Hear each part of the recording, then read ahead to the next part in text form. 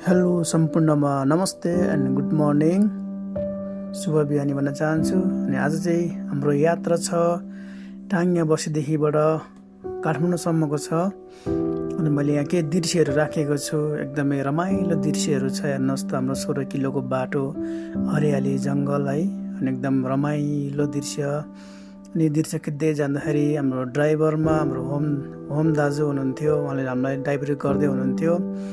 अनि उहाँ ड्राइभर गर्दै गर्दाखेरि चाहिँ मैले भिडियोहरू खिच्दै थिएँ। यति राम्रो ठाउँ टाङ्ग्या बस्ती है, यति हरियाली जङ्गल, एकदमै वातावरण सुन्दर शान्त वातावरण छ है। हाम्रो टाङ्ग्या बस्तीको जङ्गल एकदमै राम्रो छ। अनि बाटोघाटो राम्रै छ। कति ठाउँमा चाहिँ बिग्रेको थियो, बाटोहरू पानीले गर्दाखेरि चाहिँ त्यो बाटो बिग्रेको थियो।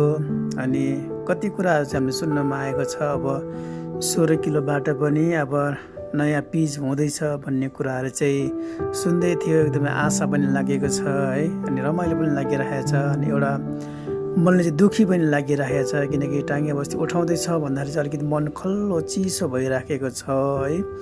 अनि त्यसै कारणले सकेसम्म हाम्रो टाङ्ग्या बस्तीलाई चाहिँ व्यवस्थित गरोस् भन्न चाहिँ म चाहन्छु है। हाम्रो त्यहाँ भएका ठुला व्यक्तिहरूले चाहिँ त्यहाँनिर चाहिँ एकदमै जोड गर्नुभएको छ। अनि त्यो जोड गर्दाखेरि पनि तर पनि यहाँनिर धेरै बाधाहरू आउँदा पनि उहाँले कामहरू गरिरहनु भएको छ। अनि मेरो हृदयदेखि उहाँलाई म धन्यवाद दिन चाहन्छु, किनकि उहाँहरूले त आज हाम्रो टाङ्ग्या बस्तीलाई जोगाउन धेरै प्रयास गर्दैछ। अनि यसो गर्दै अनि बिच बाटोमा अनि हाम्रो एकजना दाइ भेट्नुहुन्छ। अनि दाइ र हाम्रो उहाँ होम दाइ गफ गर्दै हुनुहुन्थ्यो, एकछिन गाडी रोकेर।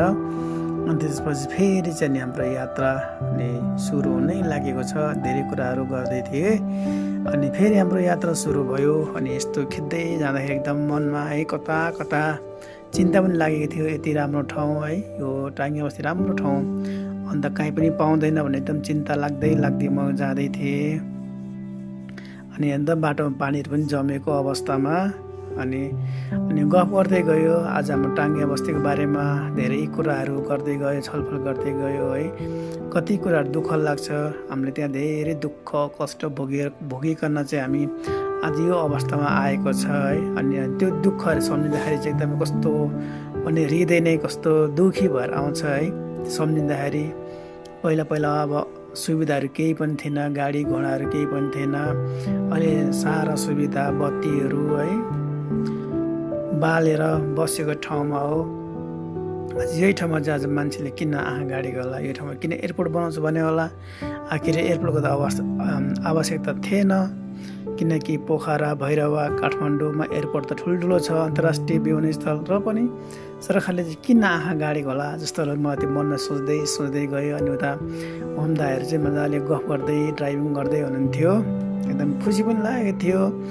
अनि यसै कारणले चाहिँ अनि हामी चाहिँ अगाडि बढ्दै थियौँ। हेर्नुहोस् त कस्तो सुन्दर छ, बाटो नै सिधा छ है, एकदम रमाइलो छ। अनि यस्तै गर्दा हामी अगाडि बढ्दैछौँ। अनि फेरि पनि कुराहरू सुन्दै जाँदाखेरि उहाँहरू गफ गर्दै हुनुहुन्थ्यो। हामी चाहिँ टाङ्ग्या बस्तीबाट 4 जना थियौँ। अनि निजगढ पुगेर फेरि पनि हामीले 2-3 जना मान्छे उहाँले हाल्नुभयो। अनि त्यसपछि चाहिँ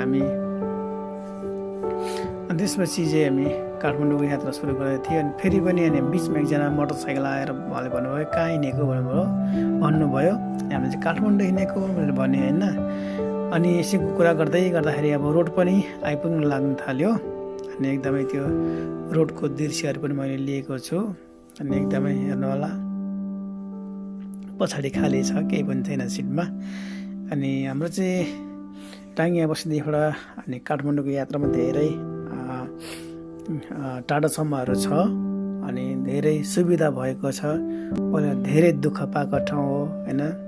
रोडमा आएर हात ठोडाएर गाडी रोक्नु पर्थ्यो। अब त्यो जमाना गयो। अनि त्यस्तो जमानामा गुज्रेर आएको हामी हो। र अनि त्यो टाङ्ग्या बस्तीमा अनि बत्ती नहुँदाखेरि होइन, टुकी बत्ती बालेर पनि मान्छेहरू बसेको थियो। धारा पानी नहुँदाखेरि पनि खोलामा धाएर पानी खाएको थियो है। त्यस्तो गर्दाखेरि आज यस्तो अवस्थामा यति राम्रो ठाउँ बनाउँदाखेरि पनि आज मान्छेहरू, त्यहाँ धेरै मान्छेहरू बुद्धिजीवीहरू आए है। अनि सबै जान्ने बुझ्ने भए। अनि त्यसै कारण चाहिँ आज हाम्रो टाङ्गे बस्तीमा चाहिँ एकता हुन नसकेको कारणले चाहिँ यो अवस्था गुज्रिएको जस्तो मलाई लागेको छ है। तर मैले भनाइमा अलिकति मिस्टेक भयो होला, त्यसको लागि पनि क्षमा दिनु होला भन्दै हामी चाहिँ अब रोडमा आइपुगे। अब त्यसपछि चाहिँ टाटासम्म यति स्पिड दबाउनु भयो कि उहाँले हेर्नु होला, यस्तो हावा आउन्ताले। अनि दबाउँदै हामी अगाडि बढ्दै गयो। अनि त्यसपछि फेरि हाम्रो कुराकानी बढ्दै गयो। त्यसपछि चाहिँ अब फेरि पनि अब यो भनौँ न यो महेन्द्र राजमार्ग फेरि पनि बढाउँछ अरे भनेर अब 4 लाइनको बाटो बनाउँछ भन्ने कुराहरू चाहिँ गफ गर्दै गयो। अनि गफ गर्दै जाँदाखेरि हामी चाहिँ अगाडि लस्का आइपुग्नु लागेको थियो। लस्का पनि भत्किसकेको रहेछ। अनि त्यस्तै हुँदै हामी चाहिँ अनि निजगढसम्म दुःख सुख कुरा गर्दै हामी चाहिँ अगाडि बढ्दै गयो। अनि निजगढ पुगेर हामी एकछिन त्यहाँ बसेर अनि गफसफ गऱ्यो। हेर्नुहोस् त खाल्टाखुल्टी बाटोहरू छ, यस्तो हिलो बाटोहरू छ है लस्का यो चाहिँ। अनि ठुला गाडीहरू, ठुलादेखि सानोदेखि ठुला गाडीहरू चाहिँ यहाँनिर चाहिँ चहल पहल हुने रोड हो एकदमै। यो ठाउँमा धेरै अब एक्सिडेन्टहरू पनि भइराखेको हुन्छ। त्यसै कारणले होसियारीले गाडी चलाउनु पर्छ गाडीहरू होइन त। एकदमै सानो बाटो छ, गाडी धेरै छ है। अनि उहाँले फेरि पनि निस्केर आफ्नो गाडीमा हेर्दै थियो के कस्तो हुँदैछ भनेर। त्यो चाहिँ जुन रिङ हुन्छ नि त्यो फेर आवाज आइरहेको थियो। अनि उहाँले भन्नुभयो अब निजगढ गएपछि चाहिँ बनाउनु पर्छ भन्नुभयो। त्यसरी हामी फेरि पनि अगाडि बढ्दैछौँ। हेर्नु होला, भिडियोलाई सेयर गर्नु होला, एकदम राम्रो छ, सुन्दर छ है।